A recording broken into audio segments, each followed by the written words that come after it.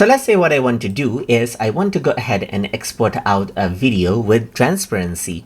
So to do that, I need to click on the plus button right here. And then here you can see that I have a Premiere Pro project right here. Where I have a simple animation and it has transparency.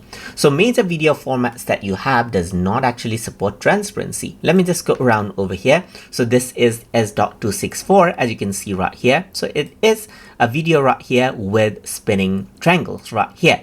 So if you were to export it using S.264, there won't be transparency. But what you can do right here is you can actually go ahead and choose QuickTime format, which is editing specific and then supports transparency. So you can see that QuickTime is an option right here. So over here, you can see that I have an option to go ahead and select Apple ProRes as the video codec right here, which supports our transparency.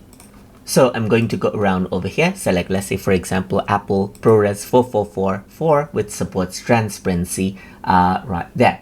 So now over here, and now what I want to do is I want to make sure that transparency is exported. So this is the supported format. And now I need to go ahead and scroll down. And here you can see the depth right here. Right now it's 16 BPC. But if I were to click right here, you can see 8 BPC and 16 BPC. 16 being the higher end, you can go ahead and select plus alpha right here. Plus alpha means transparency is supported. So once you go ahead and do that, you can simply go ahead and select where you want to export it out right here. Press OK and export it out. And then what happens is that with transparency, you can see the output preview right here. It's not completely black.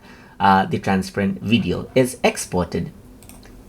And that is how you can go ahead and export out a transparent video that is with an alpha channel inside of Adobe Media Encoder.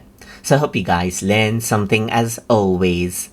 And as always, please like, comment, share, and subscribe.